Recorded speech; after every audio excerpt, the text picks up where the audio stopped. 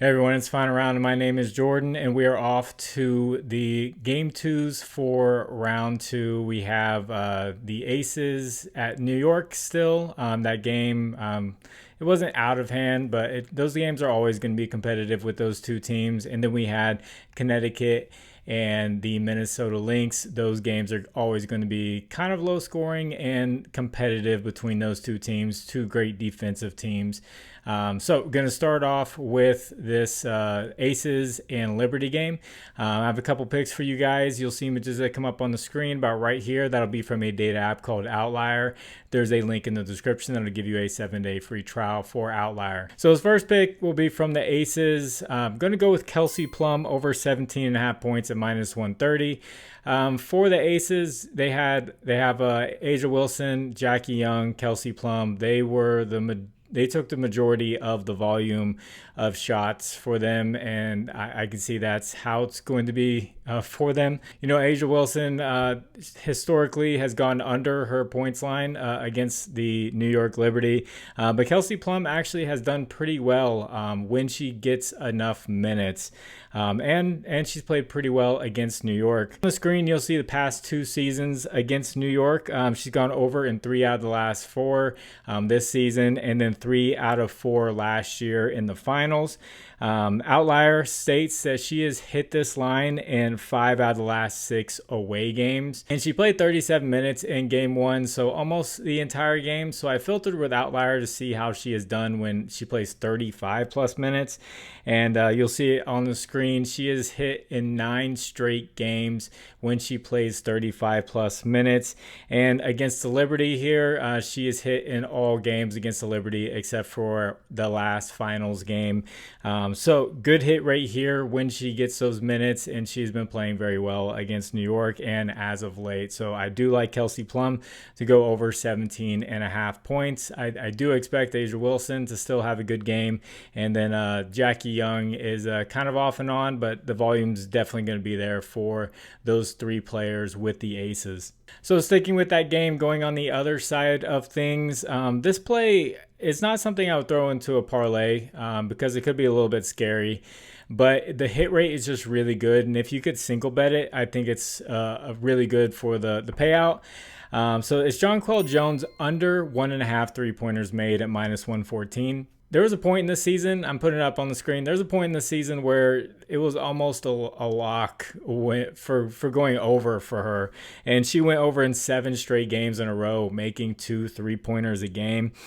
Since then, here's the last 20 games. She has gone under an 80% of her last 20 games, and she's averaging just 3 attempts a game. She is just kind of completely gone away from that. And in the playoffs, the last 3 games, she shot 0 for 0, so she didn't even take one in the first playoff game. Then she shot 1 for 3, and then in this game 1 against the Aces, she shot 1 for 2. She's not even taking a ton of volume here. She would need to shoot pretty much 67 to 100% from the 3-point line to go over this line. So the hit rate is great. Against Las Vegas, these past 2 seasons, the hit rate is even better. She's gone under an 85% of games versus Las Vegas, and she's only attempting 2.8 shots a game against Las Vegas. So it's not necessarily something that they want her to do, is get out there on the 3-point line and try to take shots. That's definitely for Sabrina Ionescu. She could sneak out there and she could knock down 2 of them. That's why I say maybe don't throw it in a parlay, but I think this is a great single bet because if you throw it in a parlay and she knocks down 2, it ruins your parlay, and then you're going to get upset because you took an under. And I know a lot of people love overs and don't want to take an under, but the hit rate here is just really good, 80+%. So that's Jonquel Jones of the New York Liberty, under 1.5 3-pointers made. And if you guys could, please like the video. If you haven't, please subscribe to the channel. If you have a little bit of extra time, could you just leave a comment for the algorithm? You just put the number 2, and it helps get this video out there for more people to see. And thank you to anyone who comments. And also, if you want to get away from Prizepicks and try out a different app with more variety, better payouts, try out Underdog Fantasy, Sleeper, ParlayPlay, and ChalkBoard. ChalkBoard. They'll match your first deposit up to $100. There are links in the description that'll take you straight there with the promo code, and that promo code is FINDAROUND11. Thank you to anyone who uses those. And I also want to mention with that game, a lot of volume for the Liberty went to Breanna Stewart and Sabrina Ionescu. If they keep up that volume, yes, I think they'll definitely go over their points lines. They didn't really get too many of the other teammates involved. So we'll see how that goes. If they're just going to continue to take most of the shots, then I think they're good plays for the overs on their points. But like I said in the last video, historically, these teams have been kind of tough against each other, and there's been a lot of ups and downs for scoring and other lines with this matchup. So jumping over to the Connecticut Sun and the Minnesota Lynx, Connecticut Sun pulled off a win. I'm going to start off with one that the line actually went down by 1, and I like this play. Napheesa Collier over 2.5 assists at -140. She's gone over in 68% of games this season. What you see on the screen is just the last 5 games that she has played.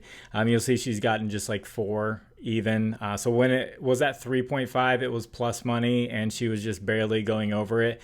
But with it at 2.5, if you could fit that in a parlay at -140, I do like where this is at, mainly because Connecticut did make the adjustment to try to stop her. They gave her different looks, double teams, one-on-one, and bringing help. Did all kinds of stuff to try to mess up Napheesa Collier's flow, and she's being forced to pass the ball. And just getting 3 assists, she can definitely get it done. Like I said, almost 70% hit rate on the season. So this will definitely get bumped up by tomorrow. Filming on Monday afternoon or Monday evening. So this definitely will go back up to 3.5 and be around plus money. But if you can get it at 2.5 and add it to a parlay, I think this is a great play. Just with them trying to force the ball out of her hands. And I did mention in my last video, if they do that, Bridget Carlton will probably be a good play because she's going to get a lot more looks from the 3-point line where she likes to stand out there and get threes. So Bridget Carlton could be a sneaky play as well. But I do like these assists for Napheesa Collier. In my last play, I definitely would go with Marina Mabrey if I knew Harris was going to continue to be out. But it's like a game time decision every single time. So it's difficult to make that call a day and a half before. So I'm going to stick with Alyssa Thomas, and I took her points plus assists last time. That was at 22.5. That's been bumped up to 23.5, but her assist has come down to 8.5. So I'm going to go back to the assist at 8.5 at -140. And she's gone over in all 3 games in the playoffs, and a 73% hit rate against Minnesota over the past couple of seasons. So you could add points on there if you want to. I think part of her scoring has to do with Brianna Jones being injured. She hurt her shoulder, and she's not playing as many minutes, but she could get a minutes boost because they do like to post her up a lot. And I think her not being there kind of spaces the floor a little bit more, and Alyssa Thomas has been able to take it to the basket. And last year, if you look at her scoring, she was taking around 20 shots a game, and now you have Marina Mabrey coming in, and she's taking a ton of shots, and I think that's hurting her volume. So she shot a very high percentage in the playoffs so far with Brianna Jones injured. So I'm not sure when Brianna Jones is going to fully get, her minutes back, and then Harris is going to come back with more volume, and then Marina Mabrey's taking a bunch of volume. And the one thing that's consistent with Alyssa Thomas in the playoffs has been getting assists. She has hit this assist line in 8 out of the last 10 playoff games. She plays nearly the entire game, and she's definitely going to be getting close to 10 assists.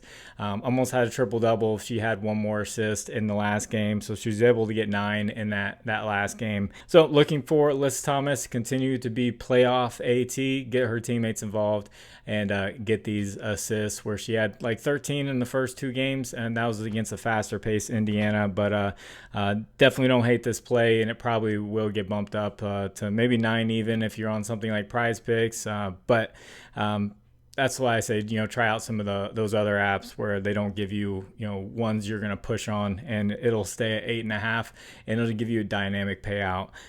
So if you'd like to discuss the lines further, I have a Discord. Link is in the description. You can hop on in there. It's all free and everything. You don't have to pay anything to just talk about sports and other lines that you like, and for like NFL and NBA is coming up and all that good stuff. And as far as the recap goes for the game ones of these, I had Chelsea Gray over 10.5 points.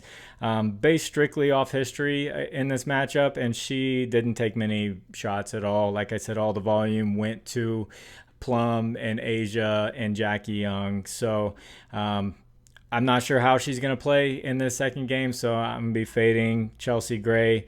So that missed, but then I had Alyssa Thomas over 22.5 points plus assists, and she was able to hit that later in the game. So it was just a 1-in-1 day, and I just want to see how the games were going to be played, and it's kind of what I had expected, but now hopefully we can get some consistency there, but of course adjustments will be made to what beat the team, find the other team's weakness and all of that. So clearly these teams know each other very well. So as far as like major adjustments go, I'm not sure, but there could be, some little tweaks and, getting other players more minutes that they like to have on the floor and stuff like that. That's just what happens when you have 12 teams in a league and, they see each other just so much.